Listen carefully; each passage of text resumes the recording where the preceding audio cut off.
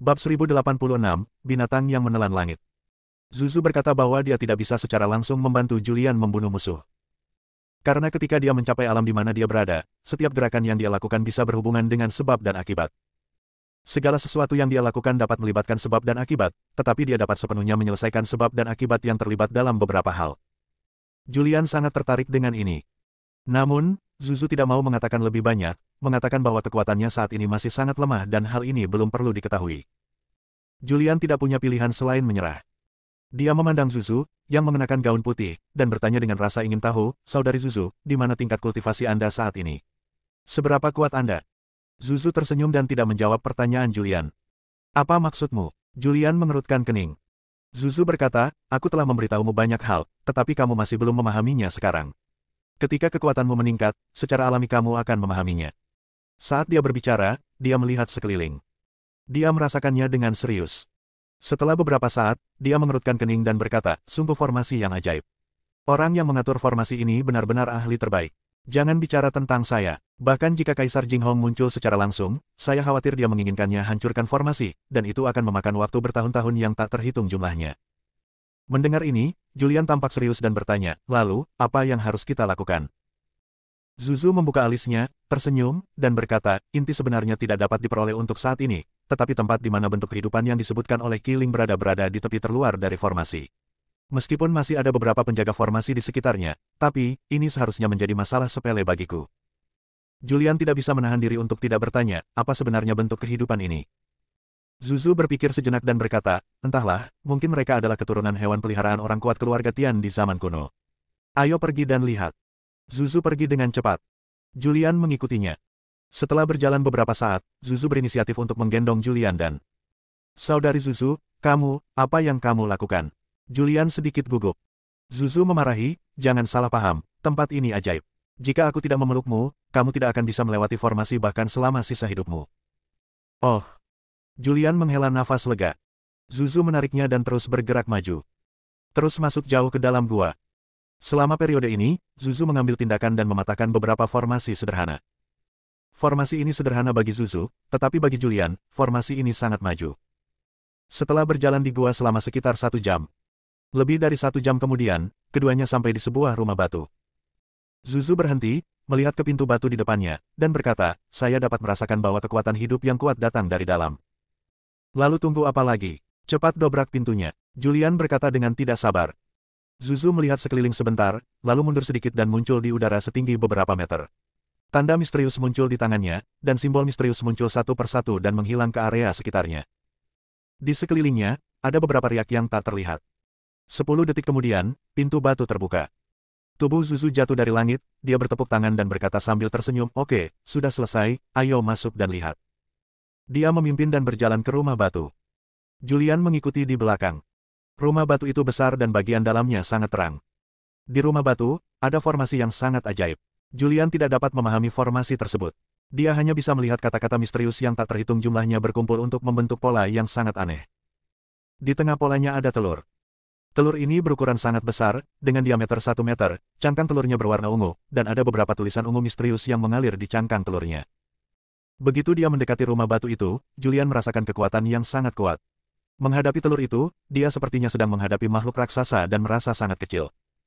Apa ini?" Dia bertanya dengan rasa ingin tahu. Zuzu menatapnya sebentar, ekspresinya berangsur-angsur menjadi serius, lalu dia menarik napas dalam-dalam. "Ada apa?" Julian bertanya.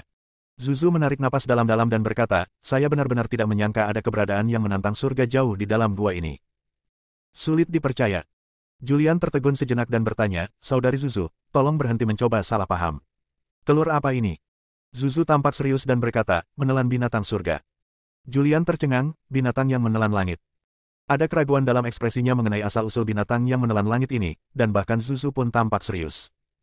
Zuzu mengangguk perlahan dan menjelaskan, "Dari apa yang saya pahami, ini adalah monster yang sangat menakutkan. Di zaman kuno, ia terkenal. Monster jenis ini menggunakan bintang sebagai makanan dan dapat melahap apapun. Saat itu, ketika saya masih sangat muda, Kaisar Jinghong pernah berkata bahwa nenek moyang binatang penelan langit adalah orang yang dapat mencapai tingkat kultivasi tertinggi dan sangat dekat dengan keadaan itu." Julian sedikit bingung setelah mendengar ini. Ketika kultivasi Anda mencapai puncaknya, seberapa dekatkah dengan kedekatan yang tak terhingga? Alam apa yang dimaksud Zuzu ini?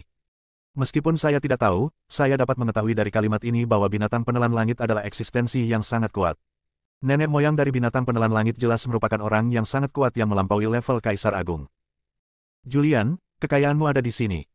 Zuzu berbalik dan melihat ke arah Julian yang tampak heran, dan berkata, saya dapat merasakan bahwa binatang yang menelan langit ini akan segera lahir. Jika tebakan saya benar, binatang yang menelan langit ini disegel di sini hanya untuk menunggu. Sebuah peluang muncul. Dan kali ini adalah era ini. Ini adalah era yang cemerlang, dan banyak sekali orang jenius yang akan lahir. Di zaman kuno, beberapa orang yang benar-benar jenius akan merasa bahwa mereka dilahirkan di era yang salah, dan mereka akan memilih untuk menyegel diri mereka sendiri dan menunggu kesempatan untuk dilahirkan. Orang kuat yang menyegel binatang penelan langit hanya untuk membiarkan binatang penelan langit lahir di era ini. Julian menyentuh hidungnya dan berkata, lalu apa hubungannya ini denganku? Mengapa menurutmu ini adalah kesempatanku? Zuzu memutar matanya ke arah Julian dan berkata, kamu bodoh. Binatang penelan langit belum lahir. Masih membutuhkan darah untuk menetas sepenuhnya. Kamu menggunakan darahmu sendiri untuk menetaskan binatang penelan langit ini. Setelah binatang penelan langit lahir, dia akan mengenalimu sebagai Tuhan. Di masa depan, jika kamu membawa binatang pemakan langit ini bersamamu, siapa di dunia ini yang berani menyinggung perasaanmu? Mendengar ini, Julian juga tergerak hatinya dan tidak bisa menahan diri untuk tidak bertanya, apakah kita akan menggunakan darah untuk menetas sekarang? Bagaimana cara menetas? Tunggu, biarkan aku memecahkan formasi pada kulit telurnya dulu. Zuzu membuka mulutnya, lalu mengulurkan jari gioknya yang ramping, dan beberapa tanda misterius muncul di tangannya.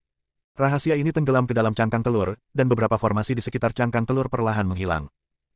Setelah melakukan semua ini, Zuzu berkata, oke, itu dia.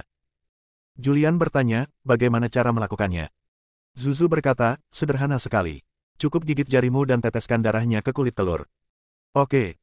Julian mengangguk, lalu berjalan menuju telur ungu, muncul di depan telur, menggigit jarinya, dan darah menetes dari ujung jari ke dalam telur ungu. Bab 1087, semuanya adalah takdir. Darah Julian tenggelam ke dalam cangkang telur dan menghilang tanpa bekas dalam sekejap, terserap seluruhnya oleh cangkang telur.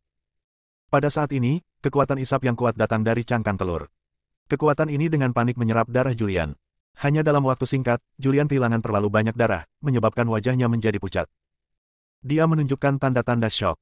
Dia ingin menarik tangannya kembali.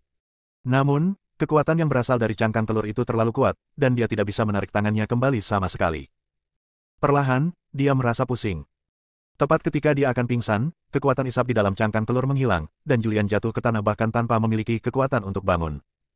Dia menstimulasi Qi. Energi sejati bersirkulasi di dalam tubuh, dengan cepat mengaktifkan kemampuan darah untuk beregenerasi. Di saat yang sama, dia bangkit dari tanah dengan susah payah dan duduk bersila di tanah sambil menatap kulit telur.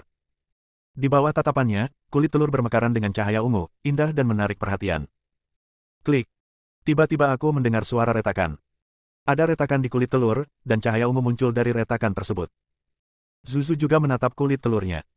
Pada saat ini, dia tahu bahwa binatang pemakan langit yang telah lama disegel ini akan segera lahir. Ini adalah keturunan dari manusia super kuat. Adapun seberapa kuat makhluk terlahir yang menelan langit ini, Zuzu tidak bisa menebaknya. Di bawah tatapan kedua orang itu, retakan terus muncul di kulit telur, seperti pecahan kaca, padat dengan retakan. Segera setelah itu, terdengar suara-suara aneh dari dalam cangkang telur, seolah-olah burung pelatuk sedang mematuk sesuatu. Klik. Sebuah suara yang tajam terdengar. Cangkang telurnya benar-benar pecah, berubah menjadi beberapa pecahan ungu berserakan di tanah, dan monster aneh terbang keluar dari cangkang telur. Julian menatap monster-monster ini. Sangat indah, dengan rambut ungu di sekujur tubuhnya, terlihat seperti burung. Ia memiliki sepasang sayap dengan bulu ungu di sekujur tubuhnya. Apakah ini binatang penelan langit? Julian mengedipkan matanya yang besar dan lincah, sedikit terkejut di dalam hatinya. Monster ini terlalu cantik, bukan? Burung bersayap ungu itu menatap Julian lagi. Matanya sangat jernih, dan cahaya ungu mengalir. Ia merasakan aura familiar di tubuh Julian, yang merupakan aura yang dihubungkan oleh darah. Ia adalah binatang yang menelan langit. Meski baru lahir, kewarasannya sudah terbangun sangat tinggi. Ia terbang menuju Julian dan terus melayang di atas kepalanya, membuat tangisan manis. Julian juga merasakan kegembiraan dari binatang penelan langit, berdiri, mengulurkan tangan dan dengan lembut menyentuh rambut ungunya, dan berkata sambil tersenyum, saya tidak menyangka binatang penelan langit begitu cantik. Zuzu melirik binatang penelan langit, tersenyum, dan berkata, orang ini akhirnya lahir. Julian, kamu harus memperlakukan binatang penelan langit dengan baik mulai sekarang. Ini adalah berkah besar bagimu. Julian mengangguk dan berkata, saya akan melakukannya. Ngomong-ngomong, saudari Zuzu, apakah Anda tahu kekuatan orang ini? Saya selalu merasa bahwa binatang penelan langit yang terlahir sangat kuat. Zuzu hanya tersenyum tipis, mengganti topik pembicaraan, dan berkata, jika tidak terjadi apa-apa, aku akan kembali ke rumah abadi dulu. Kamu bisa kembali dengan mengikuti jalan yang sama. Adapun ciptaan lain di sini, kamu tidak memenuhi syarat untuk dapatkan sekarang. Tunggu sampai kamu cukup kuat. Mungkin kamu bisa mencobanya lagi ketika saatnya tiba. Saat dia berbicara, dia melambai ke binatang penelan langit dan berkata, binatang kecil penelan langit, ikuti aku ke rumah abadi. Pergi ke rumah abadi. Julian tercengang. Zuzu mengangguk dan berkata, binatang penelan langit masih sangat lemah sekarang. Ia perlu waktu untuk tumbuh. Aku akan membawanya ke rumah abadi dan menunggu sampai ia tumbuh dan menjadi lebih kuat sebelum melepaskannya. Ini akan bagus untukmu dan binatang penelan langit. Binatang yang menelan langit bisa memahami kata-kata Zuzu, dan dia melihat ke arah Julian. Julian menyentuh bulunya dan berkata sambil tersenyum, pergilah. Kemudian, dia membuka rumah abadi. Zuzu dan binatang penelan langit keduanya memasuki rumah abadi. Dia tidak tinggal lebih lama di sini dan kembali melalui rute semula. Segera, dia keluar dari gua. Setelah keluar, Tianlinger sudah menunggu di luar gua. Melihat Julian muncul, dia berjalan tepat waktu dan bertanya, Saudara Visser, apa kabar? Apakah kamu beruntung? Julian menggelengkan kepalanya sedikit dan berkata, tidak, saya berjalan mengelilingi gua untuk waktu yang lama, tapi saya merasa seperti akan tersesat. Saya tidak berani masuk lebih dalam, jadi saya berbalik. Oke. Tianlinger tersenyum dan menghibur, sejak zaman kuno, banyak anggota keluarga Tian telah datang ke gua, tetapi tidak satupun dari mereka yang mendapatkan keberuntungan. Karena kita belum memperoleh apapun, ayo kembali. Julian mengangguk. Dia tidak mengatakan apapun tentang binatang penelan langit yang dia dapatkan. Karena mengatakan hal ini dapat menimbulkan kegelisahan. Di bawah kepemimpinan Xiaoya, Julian dan Tianlinger meninggalkan tempat ini dan segera kembali ke desa. Tiansu sedang menunggu di desa. Ketika dia melihat orang itu berbalik, dia berjalan mendekat dan bertanya sambil tersenyum, bagaimana? Apakah kamu mendapatkan sesuatu? Tianlinger menggelengkan kepalanya sedikit dan menghela nafas, masih belum ada hasil. Tiansu berkata sambil tersenyum, walaupun konon ada rejeki di dalam gua, namun jangan dipaksakan jika tidak bisa mendapatkannya. Mungkin karena waktunya belum tiba. Akan muncul secara alami. Sebagai anggota keluarga surgawi, saya sangat yakin ada rejeki di dalam gua. Saya tidak bisa mendapatkannya, dan tidak ada yang bisa saya lakukan untuk mengatasinya.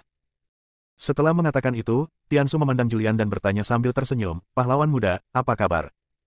Julian merentangkan tangannya dan berkata, tidak ada keuntungan. Tiansu memandang Julian sambil tersenyum.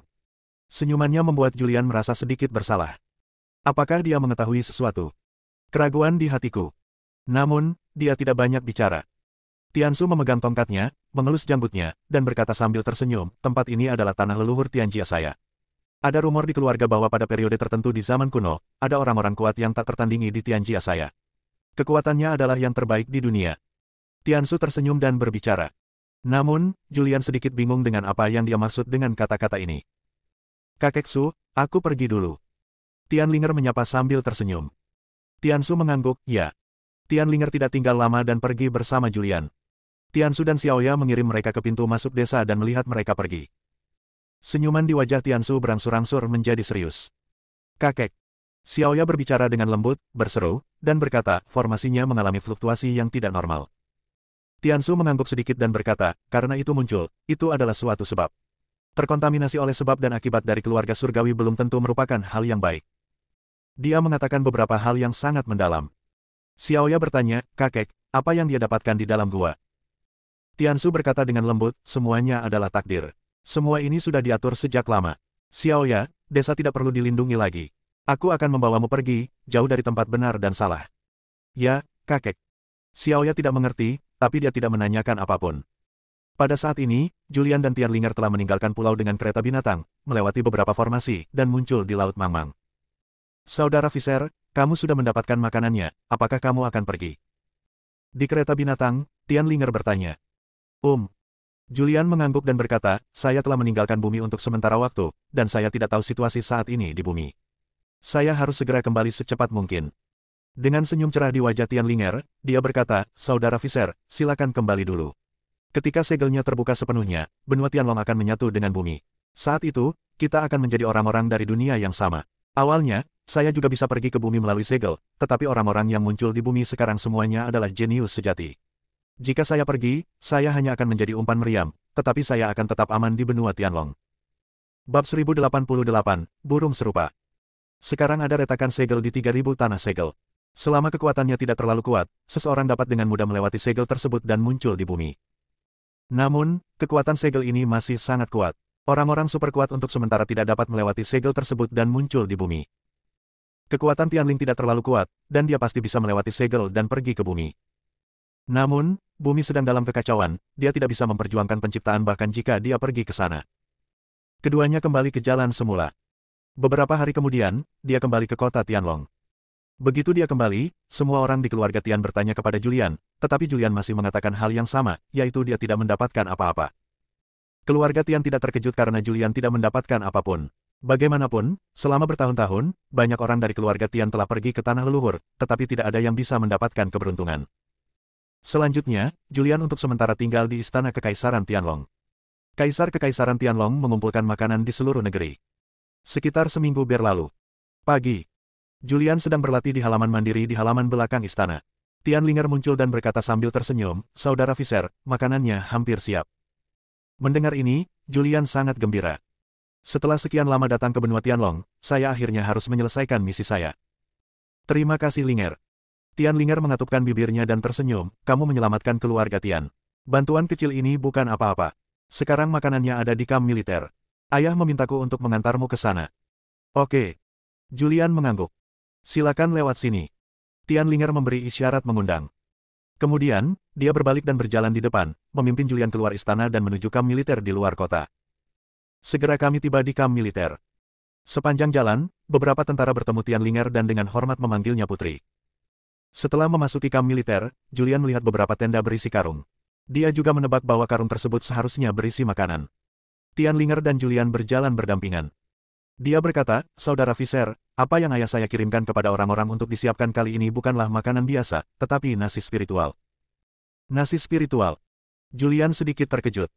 Tianlinger menjelaskan, nasi spiritual jauh lebih tinggi dari beras biasa. Nasi spiritual mengandung energi spiritual langit dan bumi. Di benua Tianlong, semua biksu mengambil beras spiritual. Hanya orang biasa yang mengambil beras biasa. Mendengar ini, Julian berpikir keras. Setelah beberapa saat, dia bertanya, "Bisakah Anda memberi saya benih padi rohani?" "Itu tidak masalah." Linger tersenyum dan berbicara. Kemudian dia melihat ke arah Julian dan bertanya, "Saudara Visser, apakah Anda berencana untuk memindahkan semua makanan ini ke rumah abadi dan kemudian membawanya kembali ke bumi?" "Ya." Julian mengangguk dan berkata, "Hanya dengan cara ini saya dapat membawa kembali makanan ini." Julian tidak khawatir urusan rumah abadi akan terungkap, karena tidak ada orang kuat di benua Tianlong. Bahkan jika dia terungkap, tidak ada yang berani merebut rumah abadi dari tangannya. Pikirannya bergerak, dan cincin di jarinya berubah menjadi cahaya keemasan dan jatuh ke tanah terbuka. Cahaya keemasan terus membesar, dan kemudian berubah menjadi rumah peri setinggi 100 meter. Rumah peri dikelilingi oleh cahaya keemasan, dan itu sangat misterius. Segera, orang-orang berkumpul di sekitar Immortal Mansion. Orang-orang ini memandang ke rumah abadi dengan ekspresi terkejut. Dan Julian membuka pintu ke rumah abadi. Tianlinger segera memerintahkan, "Kemarilah dan pindahkan semua makanan ke rumah abadi."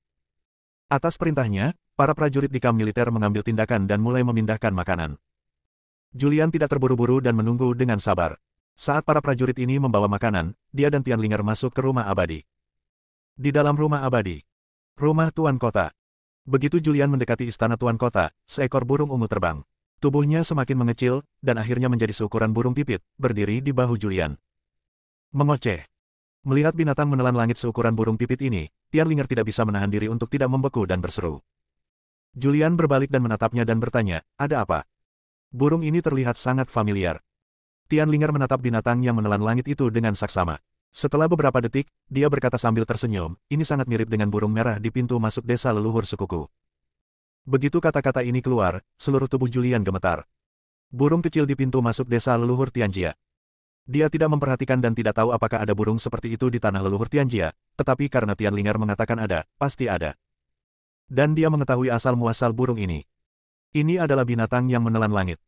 Mungkinkah ada binatang yang menelan langit di tanah leluhur keluarga Tian? Mungkinkah binatang yang menelan langit itu adalah ayah dari binatang yang menelan langit ini? Memikirkan hal ini, Julian tidak bisa menahan perasaan dingin di hatinya. "Saudara Visser, ada apa?" Linger bertanya. "Bagus." Julian bereaksi dan berkata sambil tersenyum, "Burung, semuanya terlihat sama." Tianlinger mengangguk, "Ya, itu benar. Burung di tanah leluhur klan saya memiliki bulu berwarna merah, tetapi burung ini memiliki bulu ungu. Namun, burung ini sangat indah." kata Tianlinger, hendak menyentuh binatang yang menelan langit di bahu Julian. Binatang yang menelan langit itu segera terbang menjauh, terbang ke udara setinggi beberapa meter, mengepakkan sayap kecilnya dan berkicau ke arah Tianlinger. Anak kecil, kamu masih pemarah, kata Tianlinger sambil tersenyum. Dan pikiran Julian tertuju pada apa yang dikatakan Tianlinger. Dia berpikir, bertanya-tanya, apakah ada binatang yang menelan langit di tanah leluhur keluarga Tian.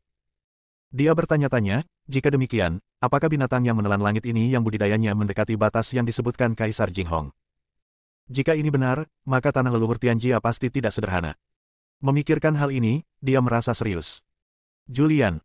Zuzu keluar dari pintu dan menyapa Julian dengan senyum cerah. Julian bereaksi dan berteriak, saudari Zuzu. Zuzu mengangguk sedikit, yang dianggap sebagai tanggapan terhadap Julian, dan kemudian matanya tertuju pada Tianlinger, dan cahaya putih muncul di matanya, dan cahaya putih ini menimpa Tianlinger. Saat ini, Tianlinger hanya merasa dirinya telanjang dan berdiri di depan Zuzu. Dia merasa tidak ada rahasia di mata Zuzu. Dia mundur beberapa langkah sedikit. Segera, cahaya putih di tubuhnya menghilang. Julian tahu apa yang telah dilakukan Zuzu, jadi dia tidak bisa menahan diri untuk tidak memutar matanya dan berkata, saudari Zuzu, apa yang kamu lakukan?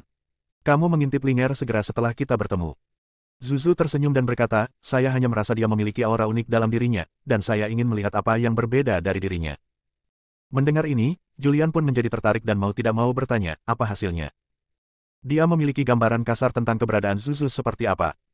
Bahkan Zuzu menganggap Linger luar biasa, maka dia sungguh luar biasa.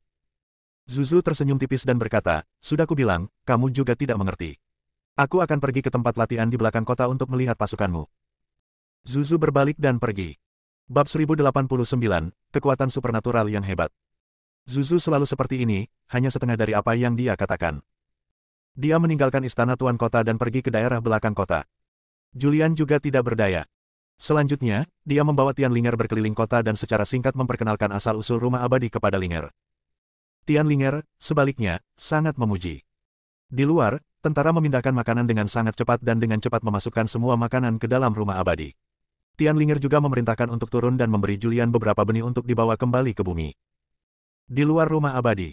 Setelah semua makanan dipindahkan ke rumah abadi, Julian menyingkirkan rumah abadi. Kamp militer. Banyak orang berkumpul di sini. Kaisar Tianzan dari Kekaisaran Tianlong, Tianlinger, dan beberapa anggota keluarga Tian. Tianlinger melambai kepada Julian dengan ekspresi enggan, saudara Visser, sampai jumpa lagi. Saya akan berlatih dengan baik. Setelah benua Tianlong menyatu dengan bumi, saya akan menemukan Anda lagi. Tianzan juga berjalan menuju Julian dan berkata, Tuan Visser, apakah Anda benar-benar tidak akan tinggal lebih lama lagi? Apakah Anda terburu-buru kembali?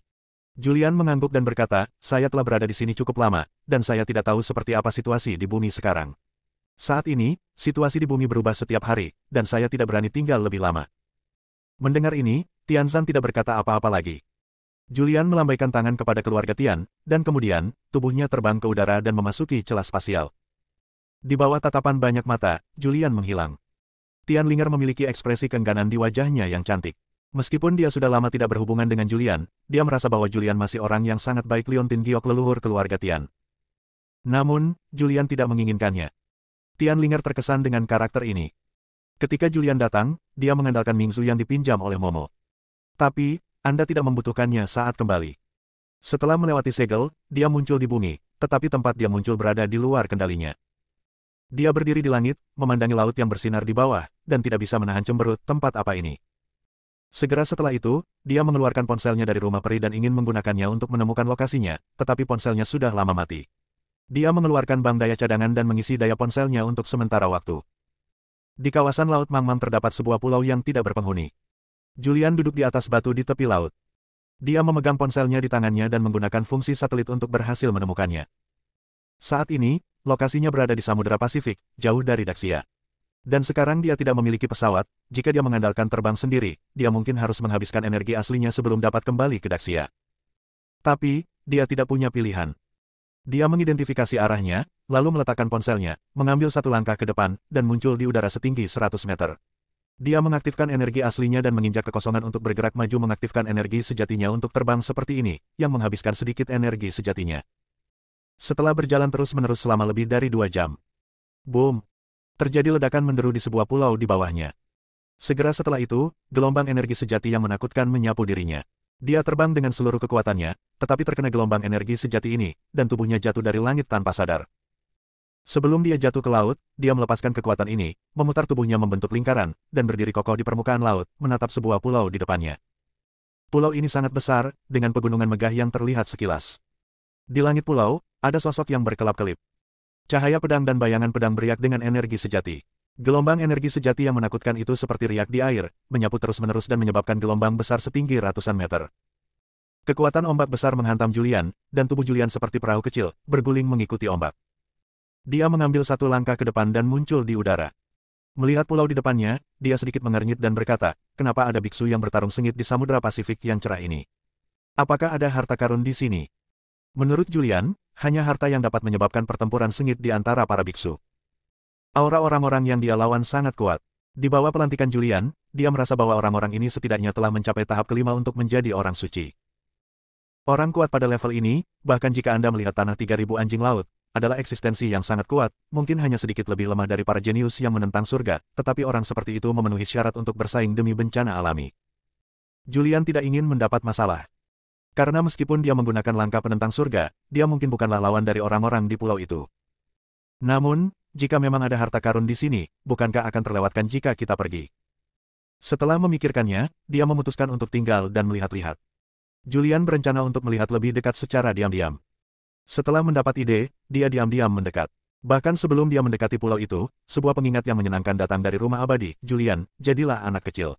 Di antara orang-orang yang bertarung satu sama lain, ada orang-orang dengan kekuatan supranatural yang hebat. Mendengar ini, Julian tertegun dan bertanya, apakah orang yang memiliki kekuatan supernatural yang besar itu? Zuzu menjelaskan, yang disebut kesaktian besar adalah sebutan untuk orang jenius. Namun, tidak semua orang jenius bisa disebut kesaktian yang hebat.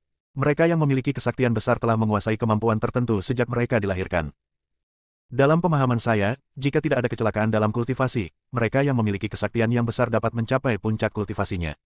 Orang seperti itu jarang terjadi di zaman ini, dan banyak orang dengan kesaktian yang besar akan mencapainya. Setelah mereka tumbuh dewasa, pilih untuk menyegel diri sendiri, menunggu era yang indah, bersaing untuk mendapatkan keberuntungan di era yang indah, dan bangkit sepenuhnya. Era ini adalah era yang bersinar. Saya tidak menyangka dua dari mereka akan muncul di pulau kecil ini. Saya tidak tahu apakah dua makhluk gaib besar ini adalah orang-orang dari zaman kuno, atau mereka baru-baru ini muncul setelah membuka segelnya. Begitu Zuzu menjelaskannya, Julian mengerti. Pada saat yang sama, hatiku juga tersentak. Menguasai semacam kekuatan magis yang menakutkan sejak lahir. Seberapa burukkah ini? Zuzu melanjutkan, umumnya, mereka yang memiliki kekuatan magis yang besar memiliki akar spiritual yang tertinggi, tetapi tidak semua akar spiritual tertinggi adalah mereka yang memiliki kekuatan magis yang besar. Tahukah Anda? Saya mungkin mengerti. Julian secara kasar mengetahui betapa menakutkannya akar spiritual tertinggi. Untuk menghadapi kemunculan akar spiritual tertinggi di era bumi ini, orang-orang di tanah tersegel memanipulasi 4 binatang keberuntungan karena mereka takut akan munculnya akar spiritual tertinggi di bumi. Dari sini kita bisa mengetahui betapa menakutkannya makhluk gaib yang agung itu. Orang seperti itu jarang terjadi di dunia, tapi saya tidak menyangka ada dua orang di pulau kecil ini. Hal ini juga menunjukkan bahwa hal-hal di pulau tersebut sangat tidak biasa. Saudari Zuzu, ada dua makhluk gaib yang hebat di sini, artinya ada harta karun yang menantang langit di pulau itu. Saya ingin melihatnya. Jika saya bisa mendapatkannya, itu yang terbaik. Bisakah Anda membantu saya? Tidak bisa. Zuzu menolak dengan tegas dan berkata, "Kubilang, aku tidak bisa membantumu secara langsung." Baiklah. Zuzu tidak mau membantu, dan Julian tidak punya pilihan. Boom. Selama pertukarannya dengan Zuzu, pertempuran di pulau itu menjadi semakin intens, dan benturan Zenki menjadi semakin kuat. Pada saat yang sama, seberkas cahaya putih melonjak ke langit di pulau itu, dan seberkas cahaya putih ini menarik perhatian Julian. Bab 1090, Momo muncul. Sinar cahaya putih ini sangat aneh. Jika Anda tidak memperhatikannya dengan cermat, Anda tidak akan bisa melihatnya. 1 cara, 2 cara, 3 cara, 5 cara, 8 cara, 10 cara. Saat pancaran sinar pertama muncul, sinar lainnya menyusul. Sinar ini hanya muncul beberapa detik dan kemudian menghilang. Julian melihat ke pulau di kejauhan dan berpikir. Menurutnya, berkas cahaya ini seharusnya mekar dari harta karun di pulau itu. Adapun harta karun apa itu, Julian tidak tahu. Kalau mau tahu harus mendekat dulu. Namun, pertempuran di pulau itu sangat sengit dan aura pertarungannya sangat kuat. Bahkan Julian merasakan aura ketakutan. Jika dia mendekat dengan gegabah dan ketahuan, dia mungkin akan mati. Dia melihat pertempuran di kejauhan di langit. Ini adalah pertarungan multi pemain. Namun, dua orang tidak mengambil tindakan. Salah satunya adalah seorang wanita. Dia mengenakan gaun putih dengan sepasang sayap di punggungnya. Ini adalah sayap yang diubah dari energi sejati. Dalam keadaan kesurupan, beberapa simbol misterius terlihat mengalir di sayap. Penuh misteri dan keanehan. Dia berdiri di kehampaan dengan cahaya putih di tubuhnya. Cahaya putih menyelimutinya, membuatnya sulit untuk melihat penampilan spesifiknya. Dia hanya bisa melihat garis besar fitur wajahnya. Di sisi lain, berdiri seorang pria. Pria itu mengenakan jubah biru, dan ada awan biru di kakinya. Kedua pria itu saling memandang. Meski dia tidak melakukan tindakan apapun, auranya sangat kuat. Di antara mereka berdua, ada lebih dari 20 biksu yang bertarung satu sama lain. Orang-orang ini sangat kuat. Diperkirakan secara konservatif bahwa mereka semua berada pada tahap kelima untuk menjadi orang suci orang-orang yang belum mengambil tindakan. Bawahannya sangat kuat, bukankah keduanya akan lebih kuat lagi? Julian mengerutkan kening dan bergumam di dalam hatinya. Tepat ketika dia berpikir tentang bagaimana cara mendekati pulau dan harta karun di pulau itu, sekelompok orang muncul lagi di kejauhan. Haha, ini sangat hidup. Sebelum ada yang bisa mengatakan apapun, tawa terdengar. Saat tawa menyebar, pertempuran sengit di pulau itu berhenti. Laki-laki dan perempuan semuanya mundur. Mata orang-orang ini memandang ke kejauhan. Julian juga melihat ke arah asal suara itu. Pemimpinnya adalah seorang pria berjubah hitam. Dia memiliki rambut panjang dan sangat tampan, tetapi ada sedikit tanda kejahatan di ekspresinya. Sanjuesa. Julian sedikit mengernyit. Orang ini tidak lain adalah kakak laki-laki Momo dari dunia iblis, Sanjuesa. Di belakang Sanjuesa, ada banyak orang yang mengikuti. Sekitar 20 orang ini tidak mengambil tindakan, dan aura di tubuh mereka sangat kuat. Julian juga menilai dalam pikirannya bahwa dia dapat menghancurkan orang-orang yang pernah dia lawan sebelum. Kekuatan Sanjuesa tersebut setidaknya telah mencapai tahap ke-6 menjadi orang suci, atau bahkan lebih kuat. Di belakang Sanjuesa juga ada seorang wanita yang sangat cantik. Dia mengenakan gaun hitam, dia terlihat cantik, dan dia memiliki aura yang luar biasa. Julian berdiri jauh dari pulau, melihat banyak orang kuat dari dunia iblis yang muncul, mengerutkan kening lagi, dan bergumam, mengapa mereka muncul. Rahasia macam apa yang dimiliki pulau ini? Dia tidak tahu rahasia apa yang ada di pulau itu. Sebelumnya, dia tidak berani tampil gegabah. Namun, Momo muncul, dan hubungannya dengan Momo cukup baik. Ia berpikir sejenak, berinisiatif untuk muncul, menampilkan tubuhnya, dan terbang menuju Momo yang datang dari kejauhan. Bahkan sebelum dia mendekati Momo, salah satu bawahan Sanjuesa langsung muncul di depan Julian, menghalangi jalannya. Lalu dia tiba-tiba mengeluarkan pedang panjangnya dan menikam Julian. Kecepatan pedang ini sangat cepat sehingga Julian bahkan tidak bereaksi. Tunggu sebentar. Momo berbicara tepat waktu dan berteriak, berhenti. Pedang pria ini sudah mencapai kurang dari 1 meter dari Julian. Ketika dia mendengar tangisan Momo, dia menariknya kembali tepat pada waktunya. Julian sangat ketakutan hingga dia berkeringat dingin. Terlalu kuat. Seorang bawahan di sebelahnya begitu kuat dalam 3 serangan berturut-turut, dan kecepatan dia menghunus pedangnya membuatnya tidak bisa bereaksi. Saat ini, Momo telah datang. Julian, kamu kembali. Ada ekspresi terkejut di wajah cantiknya. Julian mengangguk, mengeluarkan manik Ming dari Istana Abadi, menyerahkannya kepada Momo, dan berkata sambil tersenyum, terima kasih atas hartamu. Dengan hartamu, aku bisa pergi ke tempat tersegel dengan aman. Momo menyimpannya, tersenyum dan berkata, sama-sama. Pemandangan ini terlihat di mata Sanjuesa. Dia berjalan mendekat, menatap ke arah Momo, sedikit mengernyit, dan berkata, adik perempuan, apa yang kamu lakukan? Mengapa kamu memberikan barang yang begitu berharga kepada anak ini? Jika apa yang harus saya lakukan? Lakukan jika aku kehilangannya. Momo tersenyum tipis dan berkata, bagaimana bisa hilang? Siapa di dunia ini yang berani merebut mutiara dunia bawah? Lagi pula, aku bahkan memberinya roh penguasa dunia bawah. Anda. Sanjuesa terkejut. Momo tersenyum dan berkata, izin ayah. Mendengar ini, Sanjuesa berhenti berbicara dan hanya menatap Julian dalam-dalam. Pada pandangan pertama, Julian hanya merasakan tekanan tak terlihat menghancurkannya. Bahkan bernapas menjadi sulit. Tekanan ini hanya berlangsung selama beberapa detik. Sanjuesa menghilangkan tekanan tersebut. Berjalan.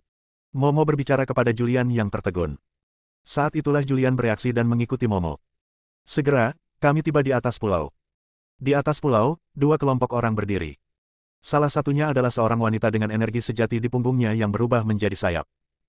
Yang satu didominasi oleh seorang pria dengan kaki di atas awan biru. Kedua kelompok orang ini semuanya menatap Sanjuesa dan orang lain yang datang. Pria dengan kaki di atas awan memandang ke arah Sanjuesa dan yang lainnya, dengan ekspresi acuh tak acuh di wajahnya, dan berkata dengan tenang, memang benar semua kucing dan anjing ada di sini untuk ikut bersenang-senang. Diremehkan dan dipandang rendah, Sanjuesa sama sekali tidak marah, karena ia tahu bahwa orang di depannya memiliki latar belakang yang tidak biasa. Jika saya tidak salah, Anda adalah orang ajaib hebat yang lahir di alam Yun 80.000 tahun yang lalu. Di masa mudanya, dia disegel oleh sekte tersebut dan memilih era ini untuk dilahirkan. Suara Sanjuesa terdengar. Mendengar ini, Pria yang kakinya di atas awan itu sedikit terkejut. Dia memandang Sanjuesa dengan aneh. Siapakah orang tersebut dan bagaimana cara mengetahui asal-usulnya? Sanjuesa berkata lagi, namamu seperti awan biru di bawah kakimu, namanya Yunwu. Aku juga tahu bahwa awan biru ini lahir bersamamu. Oh. Yunwu tersenyum tipis dan berkata, wah, aku tidak menyangka kamu tahu banyak. Sanjuesa tersenyum lembut, matanya tertuju pada wanita dengan sayap di punggungnya, dan berkata, cek, kecantikan ini tidak sederhana. Apakah kamu peri Baixia yang lahir di alam cakrawala 130.000 tahun yang lalu? Tubuh Baixia diselimuti cahaya putih, dan penampilan spesifiknya tidak terlihat dengan jelas. Siapa kamu dan bagaimana kamu tahu asal-usulku? Dia membuka mulutnya dan mendengar suara yang menyenangkan. Meskipun suaranya menyenangkan, suaranya acuh tak acuh, dengan semacam ketidakpedulian yang dapat membuat orang menjauh ribuan mil. Sanjuesa tidak menjawab pertanyaan Baixia, tetapi berkata, Baixia, 130.000 tahun yang lalu, lahir di alam Cangtanah 3.000 segel. Karena dia menguasai kekuatan supernatural yang besar ketika dia lahir, pada usia 20 tahun, memilih di segel, dan menunggu datangnya era paling cemerlang dalam sejarah. Bersambung.